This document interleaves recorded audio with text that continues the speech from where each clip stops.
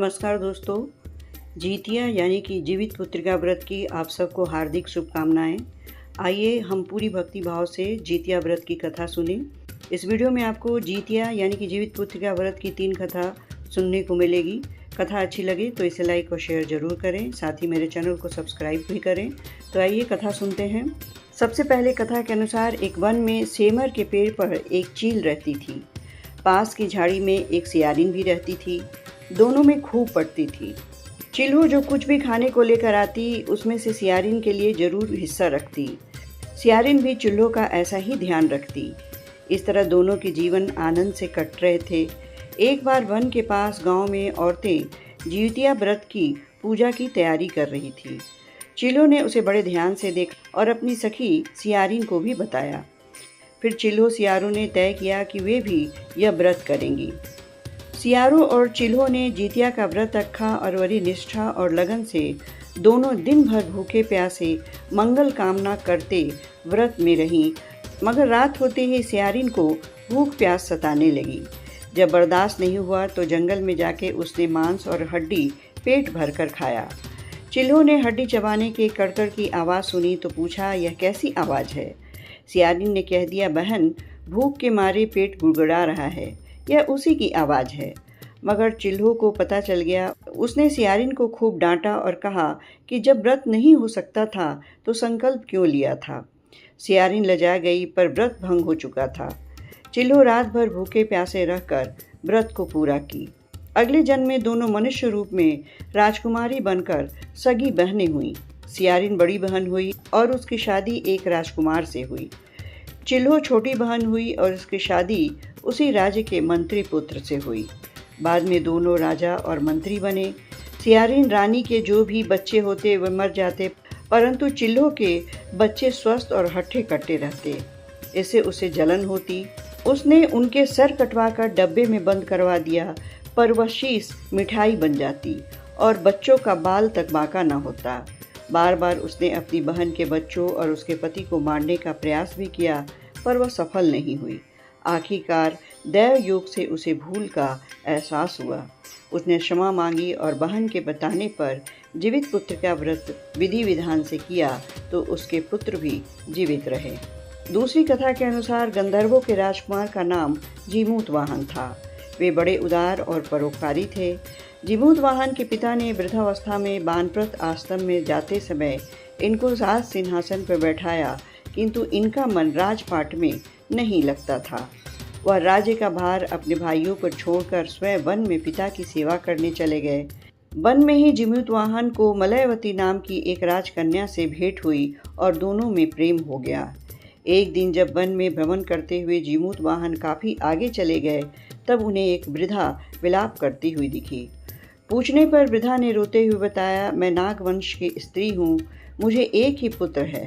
पक्षीराज गरुड़ के कोप से पुत्र दिलाने के लिए नागों ने यह व्यवस्था की। वे गरुड़ को प्रतिदिन भक्षण हेतु एक युवा नाग सौंपते थे। आज मेरे पुत्र शंखचूड़ की बलि का दिन है। आज मेरे पुत्र के जीवन पर संकट है और थोड़ी देर बाद ही मैं पुत्र विहीन हो जाऊंगी।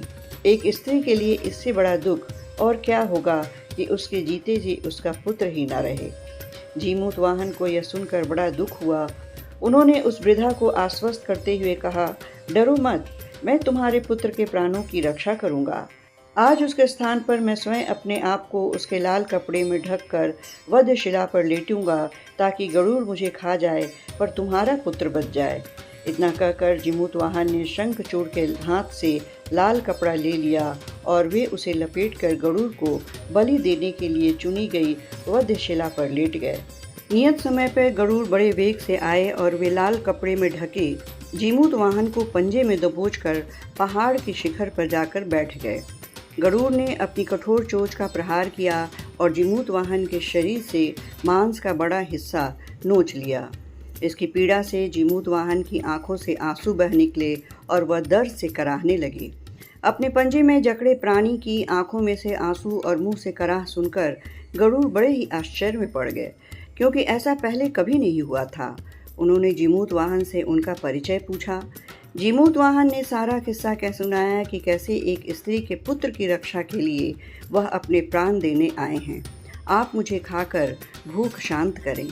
गरुड़ उनकी बहादुरी और दूसरे की प्राण रक्षा के लिए स्वयं का बलिदान देने की हिम्मत से बहुत प्रभावित हुए।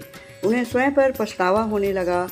वे सोचने लगे कि एक यह मनुष्य है जो दूसरे के पुत्र की रक्षा के लिए स्वयं की बलि दे रहा है, और एक मैं हूँ जो देवों के संरक्षण में हूँ, किंतु दूसरों की संतान की बलि ले रहा हूँ।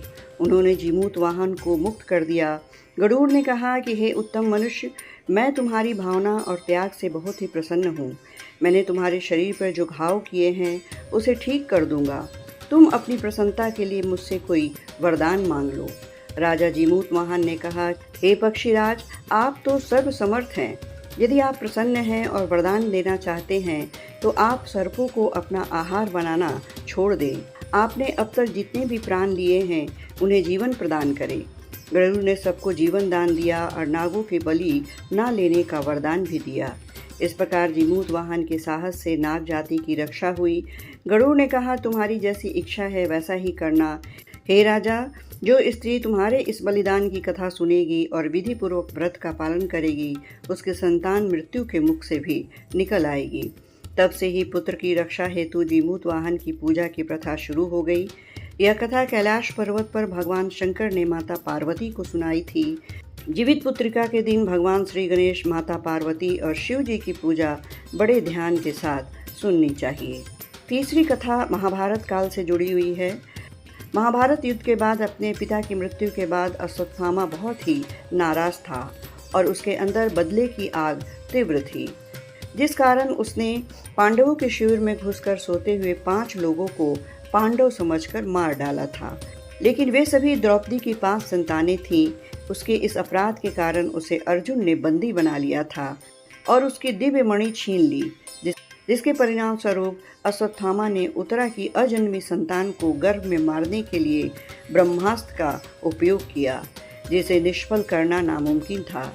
उत्तरा की संतान का जन्म लेना आवश्यक था, जिस कारण भगवान श्री कृष्ण ने अपने सभी पुण्यों का फल उत्तरा की अजन्मी संतान को देकर उसके गर्भ में ही पुनः जीवित किया। गर्भ में मरकर जीवित होने के कारण उसका नाम जीवित पुत्रिका पड़ा और आगे चलकर यही राजा परीक्षित बना।